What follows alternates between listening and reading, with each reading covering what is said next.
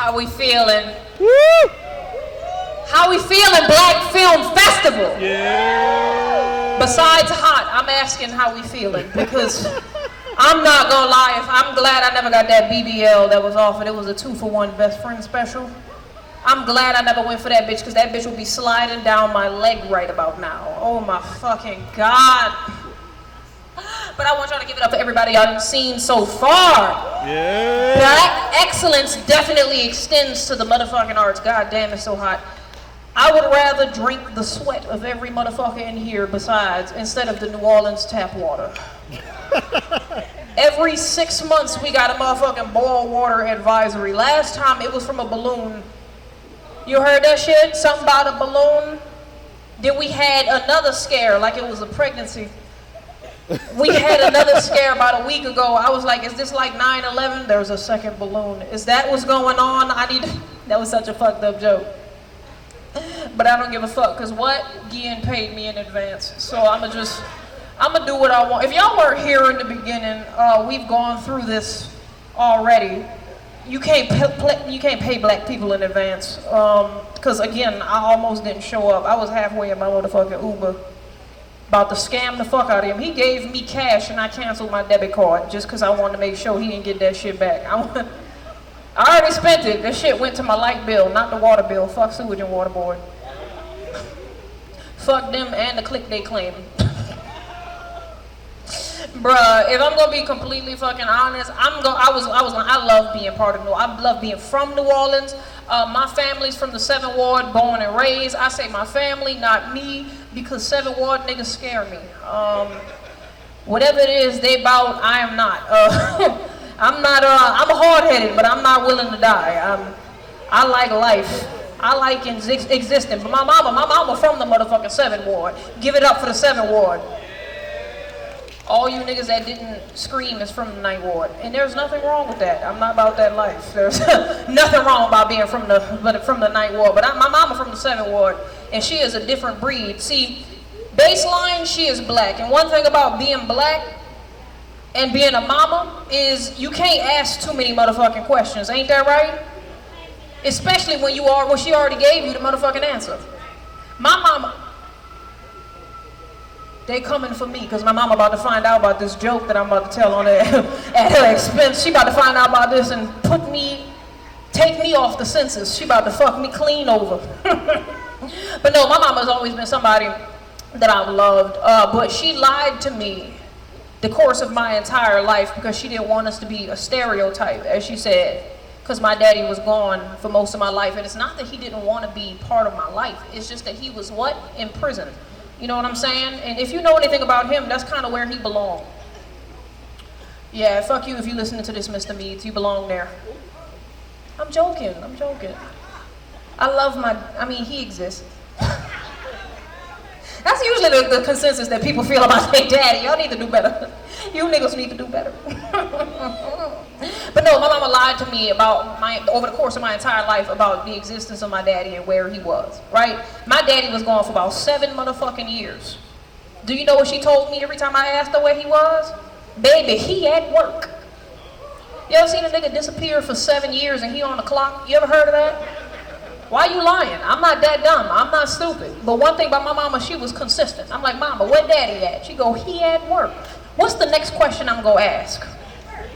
Where he work? She started sweating, quaking in her boots because she didn't think that question was coming. You had years to prepare, ho. You had years to prepare. So I said, mama, where daddy at? She goes, baby, he at work. I said, okay. Where he work? Right? Before I tell y'all what she told me, what's a good answer to somebody that's been gone for 7 years? Offshore? What'd you say? Truck driver? CIA? Black people don't do no fucking feds. Who said CIA? Sit down. Military. Something your ass can't come back from. You know what she told me? You ain't listening. Shut up. Do you know what she told me? She said, I said, mama, what daddy work at? She goes, Dairy Queen. I have never heard no motherfucking Dairy Queen. Somebody doing 7 to life at Dairy Queen. You ever heard some shit like that? You know how I know it was bullshit? It's on the West Bank. If you're from mainland New Orleans, we don't go to no motherfucking West Bank. We don't know what is over there.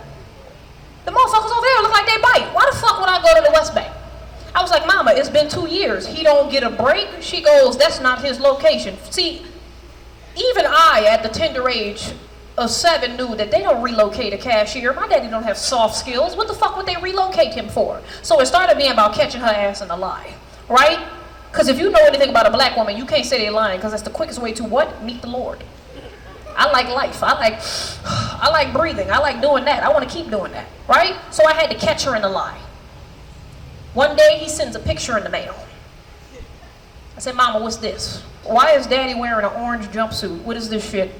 She goes, baby, if you don't know anything about a black woman, they got to answer for everything. She goes, baby, come here, come here.